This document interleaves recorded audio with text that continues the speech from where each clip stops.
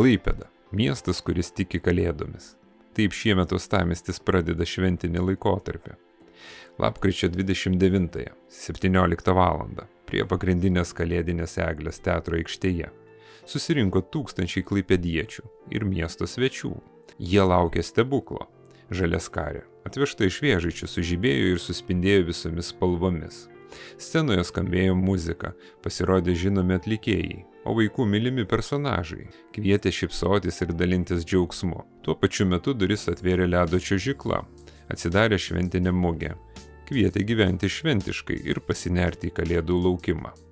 Kai tūkstančiai girliandų nušvietė eglutę, dangų nušvietė fejerverkai, o teatro aikštė užliejusi šviesa bei šventinė nuotaika pasklido po visą Klaipėdą.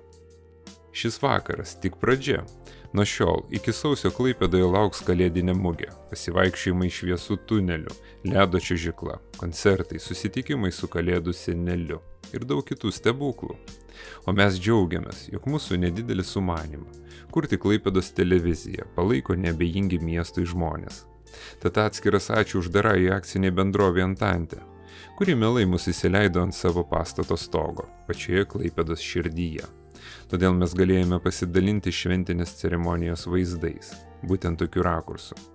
Tad įjunkite garsą, atverkite širdį, kviečiame kartu sutvirtinti tikėjimą mažais ir dideliais stebuklais, kuriuos kursime kartu su savo žiūrovais. Likite kartu su Klaipėda TV.